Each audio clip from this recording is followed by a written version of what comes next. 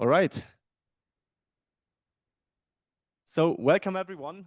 My name is Martin. I work for SOS Children's Villages International, and I'm very happy having the opportunity together with my great colleagues having a short panel discussion with you today.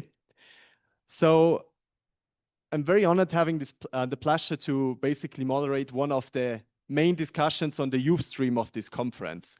So please just be aware, everything we're going to talk about today in this panel discussion is going to happen in the context of youth programs, youth empowerment programs.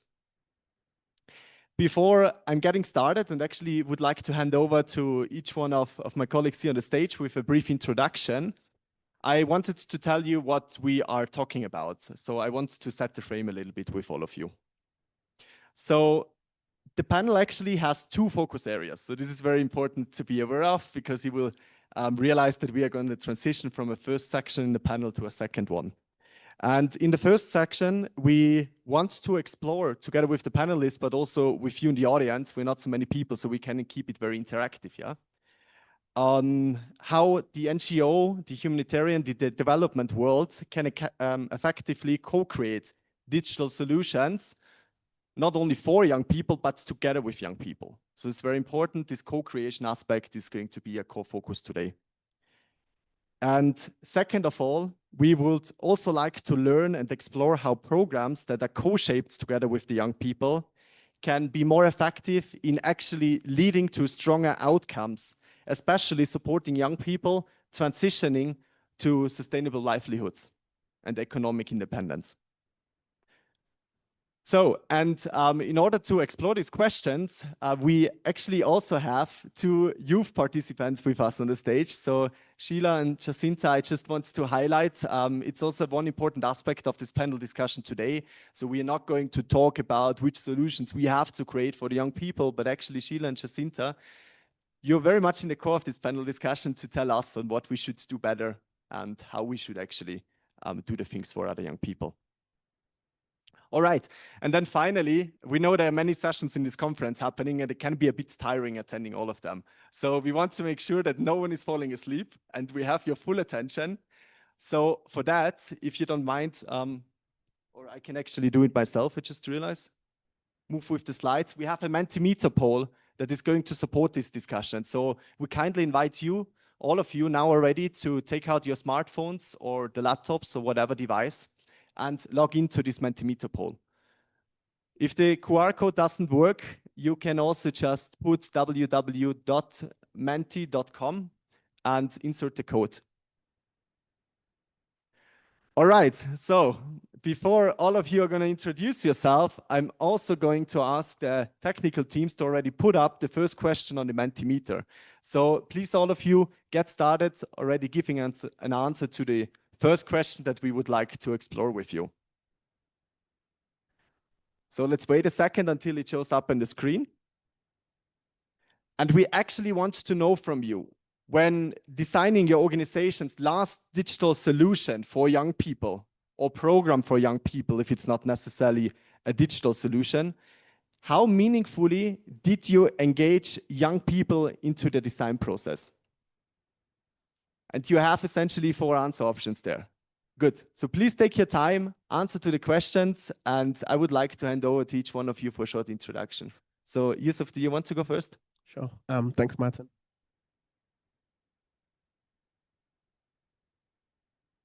Okay, thank you so much, Martin. My name is Yusuf Babatunde. I work at Y Labs. I'm from Nigeria, if that's not obvious from the way I'm dressed. I work as the Growth and Partnerships Manager, but I initially started as a Youth Leadership Fellow, then I climbed up the ranks, and I'm happy to be here on this panel. Thank you. Hi, everyone. My name is Sheila Katua. I'm currently a student in finance as well as CPA, a youth global leader with the Youth Can Youth Council, as well as a Kenyan national representative for young people at the SOS Children's Villages. Thank you. Hi, everyone. Thank you for being here. I'm called Josephine Nantes. I'm from Uganda, and I work with Lanio as our partnerships and our students community manager. I basically focus on enrolling students into our dicto skills and also onboarding our partners. So today I will specifically be talking about learning to earning, especially for our students. Thank you. Hi, my name is Jacinta Amana. I'm here as a student beneficiary of Lanio, and I'll be taking you through what Lanio have been doing to us, and it's a pleasure to be here. Thank you. Hello, good morning, and thank you for being here today. My name is Daniel Nyamai from SOS Children's Villages International, an advisor in digital innovation, focusing on innovative solutions for young people and to help young people be youth-led, and in this case, focusing on Youth Links community. Thank you so much. Good, thanks a lot. And maybe we can do a short round of applause for the panelists to also share a little bit of energy. Great. So thanks a lot for answering this question. And I think we have some very interesting results, very positive. Only very little of you have not involved young people at all. So that's already a very positive aspect. But we do also see still a little bit of a gap of really involving young people as leaders of co-designing and shaping solutions. To the left, this is where we want to go. To the right, where we definitely don't want to be. All right, but let's explore this question a bit further. And Yusuf, I have a first panel question to you. And maybe you can tell us a little bit more about YLabs and how you're working as YLabs to move beyond consultations towards youth-driven solutions. Do you want to share a little bit with us, please? Yes, thank you so much, Martin. So YLab stands for Youth Development Labs. We are a global design and research organization. We work with young people to co-create solutions, sometimes digital, sometimes non-digital, to issues that affect their lives. And this could be in health, this could be in climate, this could be in employment and economic opportunity.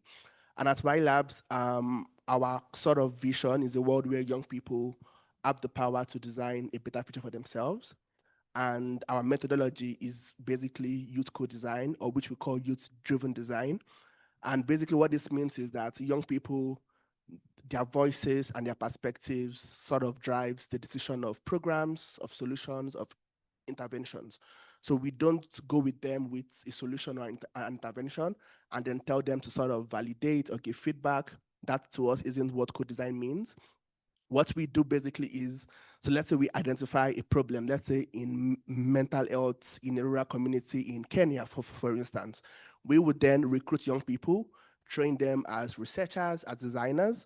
We would go to those communities to understand youth realities in that community, understand their needs, understand the problem a bit more. Then we would also work with them again to synthesize the data that we got from the research and come up with what we call design opportunities. We then engage young people again through co-design workshops to co-create solutions to the problems that we've identified in the research phase. And not just to create ideas, but we also create low-cost prototypes. We like that because we want to sort of test and get their feedback in real time before sort of investing a lot of resources and time to create a solution. So once we get feedback on the prototype, we do some form of iteration. We then pilot the solution in these communities. Again, young people are the ones always leading the lead. In there, sometimes we recruit youth-led organization, build the capacity, give them some sort of support, and they would lead this process. And then we then test, we evaluate the feedback from the pilot for desirability. Is it culturally relevant? Is it aligned with the systems? And we don't consider young people's life as just an individual. We think about their support systems. We think about their teachers, their parents, their siblings. All of this are so important to them before we then sort of implement the solution and then sort of scale it up. So it's a very intentional process of really meaningfully engaging young people across all phases of design, from the problem identification to the ideation to piloting to implementation and also evaluation. And what we realize from this process is that we always get very, very rich insight that we often, if we had done just a very one-off consultation, we won't have gotten. And I will share one of those inside with you. What we realize is that young people's lives do not exist in separate silos. So let's say our intention originally was to create an intervention that addresses mental health. We then realize that one of the drivers is because they don't even have jobs or incomes. So we then need to also incorporate that into whatever intervention they are developing. So mental health affects job prospects, no income affects healthcare, climate also comes in as well as in one way or the other. So we often, our solutions are often very holistic, and that's because they were sort of co-designed with young people at sort of every stage of the process. So that's basically what the co-design process looks like for Y Labs, and how it sort of differs from just having a consultative process. Thanks. Super, thanks a lot. And if you would need to rate yourself on the scale that we have up here, would you say young people were leading solution design or young people were consulted during design? Where would you rate yourself? Leading for sure. Yes. Okay, definitely. super. Congratulations on that. So the next question would be to Daniel. So if you don't mind, you could pass over the microphone. So Daniel, I think you are currently also making very similar experiences with the Youth Links community platform that you're leading within SOS Children's Villages. So do you maybe want to share with us a little bit also on the transition you're taking towards youth leadership and not only youth consultations? Thank you very much, Martin. And maybe I would start by giving an overview of the Youth Links community. The Youth Links community is an innovative solution which has been designed by the SOS Federation, targeting young people in the sense that it seeks to increase peer engagement, to increase youth participation in different programs, especially mentorship and learning opportunities. But one thing that we have learned is that creating a digital space for young people is actually the easy part. The more challenging part is creating a digital space which is led by young people, and young people are leading innovation, creating ideas, co-designing, and coming up with solutions for the challenges that they are facing by themselves. And this is something that we have learned in the road so far. When the Youth Links community was created back in 2021, there was a high uptake by young people. Remember, 2021 was the COVID-19 period. Most of the system had broken down, especially the education system, the communication systems, and this was a good solution. It was a good innovative solution brought for the SOS Federation program participants, and they felt that we felt that we were headed to the right direction. The program teams were leading the campaigns, and during the process, we realized that young people wanted more tech-based solutions for the activities, ideas, and challenges that they were facing. But then COVID-19 passed, and we noticed that engagement went down in Youth Links community. Young people were joining the platform, but we were not seeing the post. We were not seeing them engaging in the ideas that the program teams were sharing. And this was a new dawn for us as NGO professionals to get to learn how we can take on youth leadership within the platform. We came up with some of solutions by ourselves, but then we could not implement them. Why? We needed the evidence. So in 2025, we conducted a platform user research, which involved quantitative surveys, and at the same time, we did qualitative consultations with young people. And during this period, we were able to collect enough evidence to show us that young people wanted solutions that they themselves were involved in formulating. One of the results of the user research is the youth influencer approach. This is one of the evidence that we drew from the findings of the user research in 2025. And it is at this moment we are working with young people to come up with a pilot that will help us understand more about the solutions that young people want to implement. And as you had inquired, Martin, this is one of the steps that we are taking to ensure that in addition to youth engagement, we are realizing youth leadership within the innovative solutions that we are coming up. If this is a success, then we are planning to scale it up further and see that we are headed towards the direction that the young people are leading us to. Thank you. Super, thanks a lot, Daniel. And Sheila, I would like to continue then with you, Daniel, if you don't mind passing the microphone. So you mentioned you're part of a youth council that has been set up. So maybe can you share a little bit from your experience how, first of all, you are being involved in shaping solutions that concern you and other young people, but maybe you can go one step further and tell us what you think it actually needs or what does it need more? Okay, thank you, Martin. For me, one of my amazing experiences that I've had as being a global youth leader is to be in rooms with a lot of people in power and people who can actually make change. That hasn't always been the case, but SOS Children's Villages and the Youth Can Youth initiative has created room for young people to have a voice, and not only have a voice, but also have a voice that matters and that is heard. So we were in Austria last year in June, and we came up with a lot of solutions for the new agenda that we're going to have as the Youth Can Youth Council. A lot of young people from 5 different countries, 2 representatives each. We came together, brought our ideas and solutions together, and let me tell you, we are really doing amazing at the moment.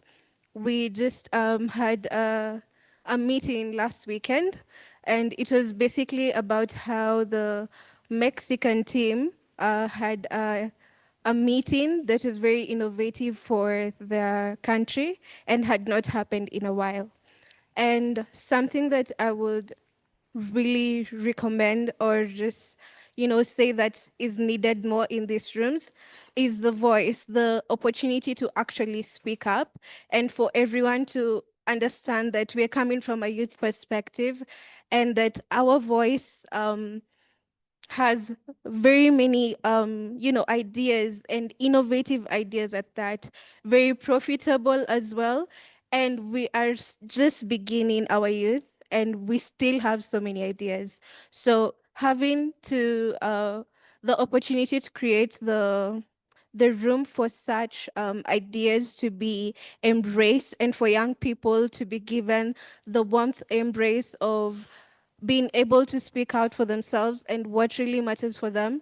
That's what I can recommend for all of you who are planning to involve youth and young people in your decision makings, and in also whatever you're planning for the future in your companies. Thank you so much, Sheila. I hope everyone is listening carefully. We'll make a test in the end if you noted all these points down. No joke, we're not doing that. But first, we're going to ask you Mentimeter question again. So I'm going to switch now. Take out your devices, please, again. We want to talk about... I see you already voted. That's very good. So we wanted to learn from you, what mistakes do you think organizations make when aiming to meaningfully engage young people? So you had multiple options to select. We see the highest rated mistake would be that young people are being engaged too late in the design process. Then we see one other answer that is catching up. So we're asking for input, but are actually not using it. So that's, of course, a very rather negative way of doing things. And there's also another point, which is, of course, very important. We are not necessarily always creating the safe spaces that young people need. Okay, good. Yusuf, maybe I can just ask you as well to share with us in short, what do you think the common mistakes are that the humanitarian development world is taking? And you told us before you were part of a youth group yourself, before you actually started your job. Maybe you can also share a bit from your experiences. Yeah, for sure. Thanks, Martin. So I think one thing is that we shouldn't treat young people as like a niche group, because I mean, in Africa, it's this is 65% of the population, right? So we shouldn't just engage young people that are convenient to reach, right? We should, explore engaging diverse youth groups.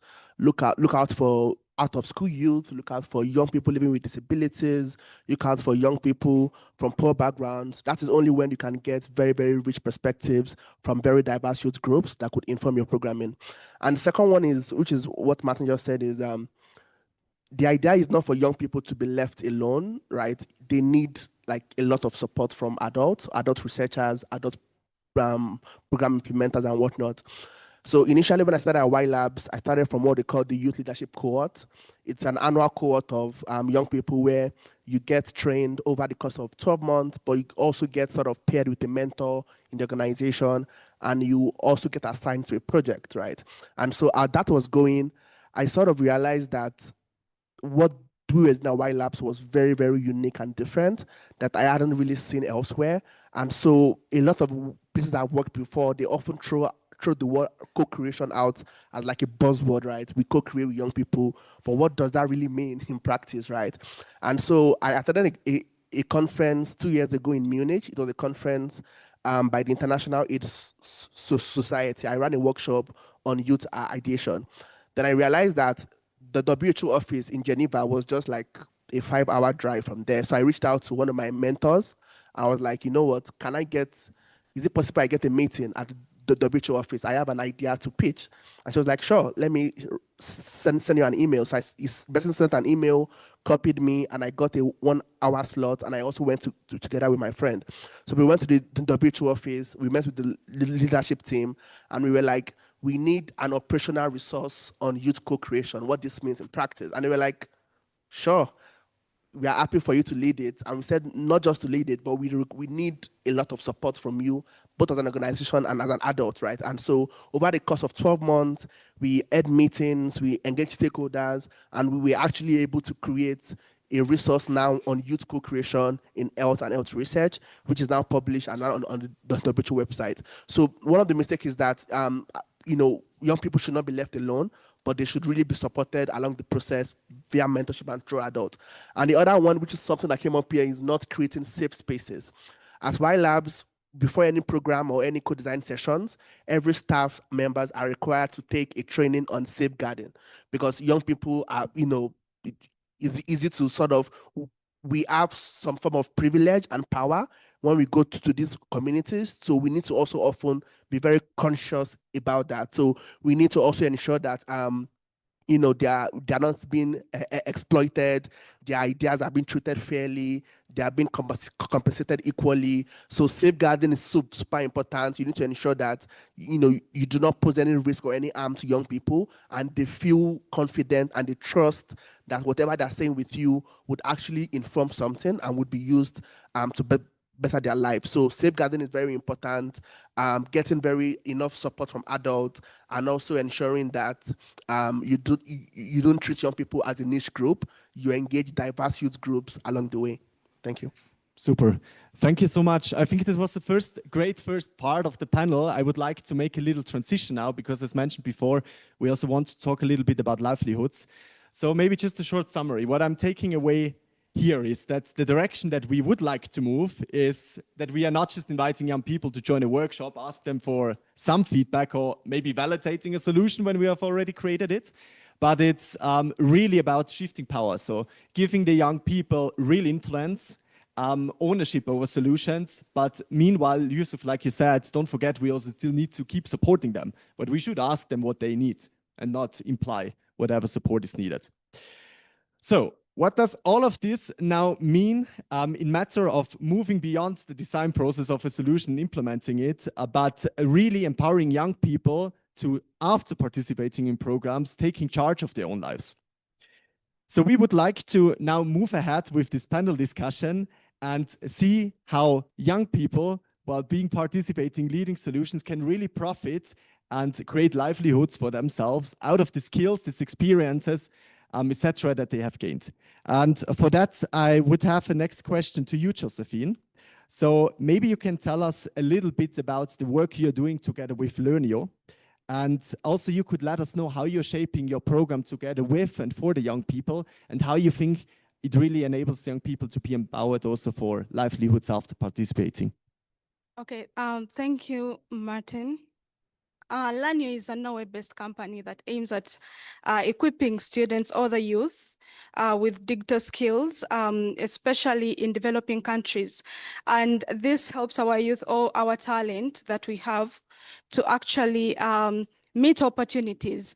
So for this panel, I'm going to discuss about the model that we use, especially that helps us transition our youth into employment.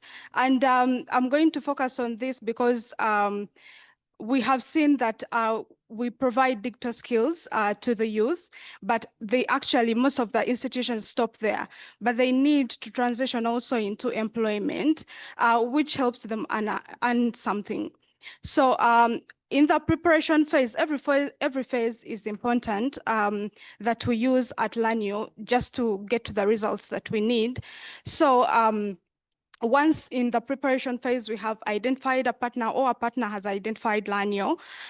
We discuss different things, the KPIs, the goals that we have, the target group that we are looking at, and things like infrastructure, because without these, students cannot go on and study. We look at things like classes. Do we have the classes that we need, enough classes? Do we have the laptops and internet connection that is needed for actually the students to study, especially stable internet? Because you might find if we are targeting a place that is not maybe around Nairobi, I would say in the village, you'll find that it's hard for these students to access internet from their homes. So it's better to set up those infrastructures first so that we know by the time they can move from their homes and come and study and actually go back home. So after all that, we move on to the mentors.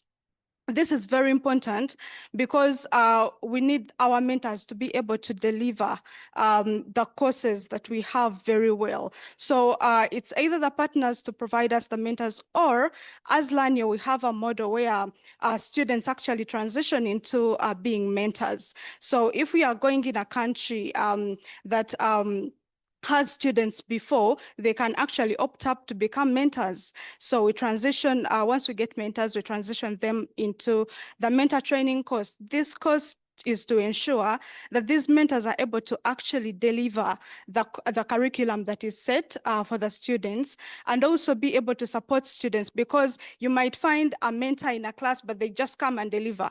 But we need a mentor who can actually support these students when they are studying. So after that, we go on to student selection. This is also important because the course is set, the mentors are set, but the students, which students are actually going to take on these courses. So we ensure we enroll them into an assessment actually in the start, so that we know, are they able to speak English? Which language are they comfortable with?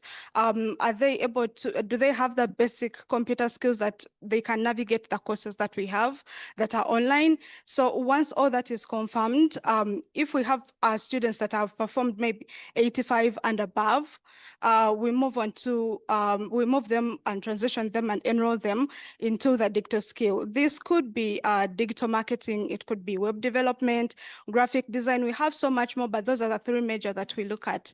So once our students are enrolled, we ensure we give them assignments every week that are literally world-based, so that they can apply the skills that they have gotten into the real world. Once they graduate, we do not stop there on the graduation. We proceed and we do a student support program after, where we have coordinators. These coordinators actually come from the students themselves. So we pick a coordinator who is able to coordinate others, and we ensure they are, all students are onboarded onto the freelancing platforms that we have, that is Fiverr, Upwork, and also we ensure, the coordinators have to ensure that the students are doing their daily job applications. This is very important because you might have your CV, you might have everything ready, but you're not actually applying. So we put the pressure on them so that they go out and apply for jobs actually. Another thing, we do not only stop on digital training or digital skills courses only, but we also ensure that our students are set for the market. As I mentioned earlier, we give them access to these freelancing platforms, that is our Fiverr, Upwork, so that at least they are set. They know how to make connections with the different organizations that are on these applications. We ensure their CVs and they are built well to the market, so that by the time they leave our hands, at least everything is set for them to go into the market. We also ensure, with the help of coordinators, that these students actually doing their daily job applications, as I mentioned, but also we do interview demos where our mentors and also students sit and practice how to present themselves in an interview. So by the time a student goes for an interview or is called back, they know how to talk, they know how to present confidently. And with this, we ensure that they're not just seated waiting for opportunities, but they know how to actually find them with a courses that we give them. We also ensure they know how to approach these jobs on the freelancing platforms that we give them. And also we ensure that they know how to actually secure the job when they are already in. So yeah, generally. Okay, super. Thanks a lot, Josephine. The aspect that I'm taking out of that I find especially interesting is this mentoring aspect. So you mentioned you build basically, you support young people in building skills that they need, but then you also take back young people that transitioned out of your programs and engage them as peer-to-peer mentors, basically, facilitators of your training. So thanks a lot for that. Jacinta, now the question to you. So you're currently participating in exactly one of these learner trainings that Josephine has been talking about. So can you maybe share a little bit from your experience what brings the biggest added value to you within this program?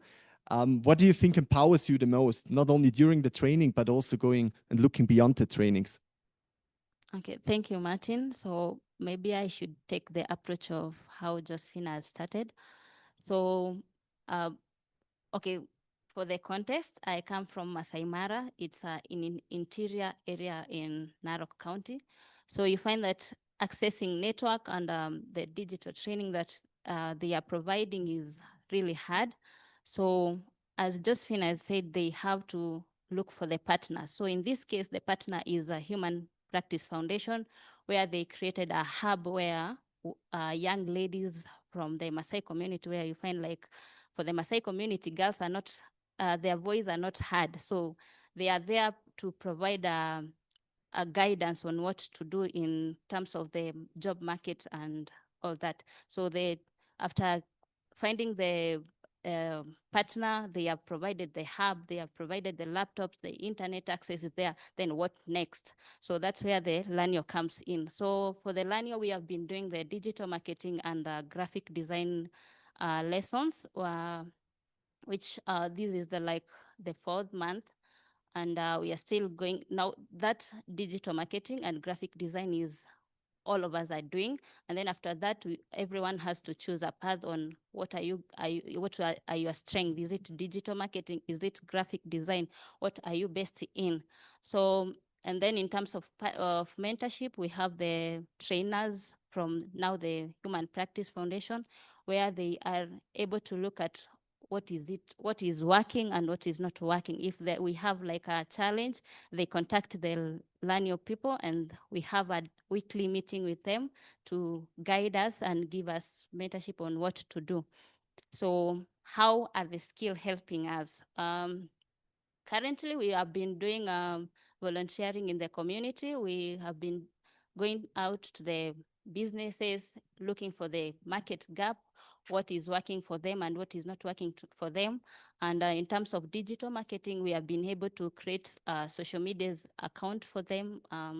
If I could have them here, I could show you. We have been creating the social media accounts for them, making sure that their media visibility is there, and teaching them on how to operate them. And then we created the posters and for them to put on their businesses. And also we have been able to create a website for businesses like the tour companies and organizations in Masai Mara, and which has been helpful in terms of applying our skills to the real world opportunities. So, yeah. Yeah, I think that's a wonderful example, Jacinta. So you basically received support for the trainings, building skills, and what you're doing right now, if I understand, while practicing the skills, you're also giving back to your community and supporting the businesses, local businesses to build up. So wonderful. Thanks a lot for that. Thank you. All right. Again, I know it can be very tiring, such discussions, so we would like to open it up to all of you. Not sure if anyone may have some questions or additions you would like to make to this panel discussion. So we also welcome now very much any additional examples you would like to give, case studies that you would like to talk about. So looking around shortly, if any one of you would like to take the microphone and share a bit with us. Yes, here, please. Thank you.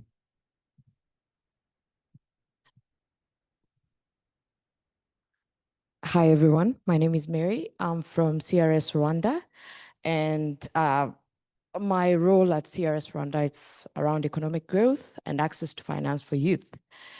So I think there are two contributions or comments based on the conversations we are having. And first, it developed from even the Mentimeter itself. The fact that 60% feels that asking for inputs from young people, but not using it. That it's more of, to what extent are we intentional on the word meaningful engagement? Because by the time you're asking for their input, it's already too late. Why aren't they the ones driving it? Because when you say you're asking for input, you've already set something up. So you're asking for input, then that means you're even setting yourself up to failure, because they were not the ones who are designing the solution to their own problems, and yet they're the experts of their own problem. We like to believe that they're the experts on their own problem. So I think we, from the development angle, we like talking about the idea of meaningful engagement, but we are not we've not done well in terms of practicing it intentionally, because the idea is, even if we want, it's an element of how do we involve them, but setting them up or setting ourselves up to success with the youth engagement. Are we ensuring that we are giving them do they have the right skill to actually participate on the table you're inviting them to? Because sometimes we say, oh, we are inviting them. Yeah, we have 20% of the youth in the table, but what are they there to do? Do they have the capacity that they need to do that? Do they have the agency? Because now when you talk about it's deeper, do they have the confidence the right confidence to participate meaningfully on the table that we do that? And have we already defined their contribution in what we are calling them to do? And is the enabling environment set well to set them up for success? So I think when we are thinking about engagement, it's important that we factor in those four elements. Do they have the right assets, that skills and everything that they need to participate, right agency, and also their contribution is well defined? Are they the ones leading the process? And if they're leading the process, do they have the right skills and all that? So I feel it's important that we set, when we are designing and when we are thinking of co-creating with them, we factor this in mind and we make it intentional. And interesting enough, because I work in the space of economic growth, so which means private sector engagement is core to the work that I do. And we find that private sector actually very good at, way better than us, at meaningful engagement. Why? Because for them, this is a customer. They see it as a customer. So customers' input on what they need is important for them to design any solution. So we as development partners, is there anything we can learn from the private sector in terms of meaningful engagement? Or would our role be working closely with the private sector who are experts at meaningful engagement, because for them, they have a business case for it. And then for us, we play a facilitative role and learn from them, because they have a lot to lose when they don't meaningfully engage these young people who's their client. So it's just a food for thought when it comes to that. Then a second one is on our experience. We work on a very big youth program, which in Rwanda, which is which targets rural youth, completely rural youth, and we're working with over 48,000 young people on youth entrepreneurship and integrating digital solutions into it. So one of the biggest learning we've had, it's difficult to talk about integrating digital solution when you're talking about rural. So there's all these factors: access, internet. You talked about internet, assets itself in terms of, the phones. They don't have the phones. But one of the things that came out interestingly recently, we found out that with this group, digital solutions cannot work without integrating human connection into it. I think for us, that was a big takeaway. The rest we've always known. Access to devices is an issue, globally known and everything. But for us, one thing that came out really interesting is that for any digital solution to work, because it worked very well in the sense that obviously our program, what it does, it provides business development advisory services to young entrepreneurs who are in the rural, but it uses a model of having private service providers who are also young people themselves, who are localized within a walking distance. So if it's Masai Mara, it's a person a person but with some bits of level of education, then they are trained enough to support their local community. So we found that, yes, as much as it worked, the fact that they had an opportunity to meet once a week and talk about that digital device that they use for bookkeeping and all that mattered to them a lot more and made the program more interesting compared to, it came second to the use of the digital skills. So I think it's a learning. I hope we could share with people in the youth space, and I will pause for now. Thank you. Thank you so much. I think these were really good insights. We maybe need to invite you to our next panel discussion when we have another one. So we should connect afterwards so we stay connected also for the future. Thanks so much for that. We are running short on time a little bit, and I think they need to set up the room differently afterwards. So if it's all right, I would maybe like to hand over to you again, Sheila, first, and then to Jacinta as well. So Sheila, you have been for sure now also not only contributing, but listening to this discussion in this panel. What are your reflections and which recommendations or appeals would you have in summary for the audience here? Okay, thank you. I think I've had pretty much what I had to say, because from Josephine, I've heard about their program and what they're doing. So what she said, implement it in your country. Start small, dream big. That's something I would tell you, because the millionaires and the billionaires of this country didn't start with the millions and the billions of money, or the innovators of this world didn't start with all the resources. They began with an idea, and the idea grew into something bigger than that, and that's why we're here. You see? And I have learned a lot from all of you, and it's amazing to be part of this panel. I've also learned from the lady over there. Pleasure to meet you. And yeah, Mary, it's a pleasure to meet you, Mary. And I hope we can talk later, because me and finance were like a thing. So yeah. Yes, definitely. And something I would definitely recommend is for all the organizations represented here, when you go back to your companies and your organizations, sit down with the teams that are responsible for development. Tell them what you've learned, the importance of digital skills in youth, the importance of involving young people in the decision makings and in the process entirely, because the problems are the youth problems. Because let's take a statistics of Kenya, and we can just see how many young people don't have jobs, have nothing to do. They're just living their lives. And most of the times, not every young person has the control to just live a life without an income. So what do they end up doing? Theft, crime, and their life is lost just like that. But here you've found ideas that can work in your countries, irrespective of the diverse young people in your countries.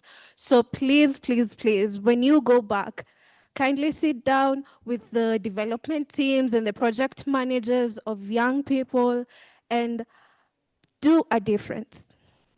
Next year, when you're coming to the ICT4D conference or whichever conference you're going to attend, be a testament of the work you've done from today till next year in May or in January. You just don't listen, you act on it. Because for me, I want to be part of that change. So like for me, I want to be able to, start something that is more financial and educate young African women on finance and the importance of finance. It's literacy. So that's something I want to be a testament of next year. So when I come here and I meet any of you and you see my face and you ask me, I will testify of what I've already done for the young people. Thank you. Thank you so much, Sheila. Maybe we give a little bit of applause to Sheila. And you kind of passed the ball already, because I had another question for Jacinta, which was, the next ICT4D conference is probably going to be in 2 years. So Jacinta, what do you wish to have changed until then? What recommendations or wishes would you have to the people here in the audience in terms of meaningfully engaging young people? Thank you, Martin. So as we all know, young people understand the factors that affect them in the communities because they experience them directly. So maybe what I would recommend is that you should engage the young people from the start, the planning, where you are planning the program that you are going to do, because that's more meaningful and it will lead to a solution that is impactful, practical, and something that will last long. And maybe create what should I say, innovation centers and hub, because you see, you find most of the time the digital opportunities are found in the urban areas. And people like me who are there in the rural areas, we have to come from the rural areas to come to urban areas to look for that opportunity. And at the end of the day, you find that us as a youth, we don't go back there to return back what we have done or teach the others there. And you find youth that are in the rural areas are lost. So maybe creating an innovation center and a mentorship program that helps them to transition, even if is for the training, transition from the training to the job opportunities. And maybe for the companies or the programs that offer the tech trainings, to have more collaboration between the stakeholders and the recruiters and employees. So employers, I mean, so that there will be a swift transition from, even if I take the training, I am rest assured that after the training, I will be going to a job opportunity. Or even if I have to have that skills, it's something that I can do it aside from the job opportunity, because we find that the current job market is tricky for us. So that's might be my recommendation. Yeah, thank you. Okay, thank you so much, Jacinta. Let's also give Jacinta a short applause. I think these are very powerful messages that we can remember as the ending of this panel discussion. But you know what, Sheila, let's not let them go so easily. So we were asking for commitments. So please take out your smartphones again. We have one more Mentimeter question for you.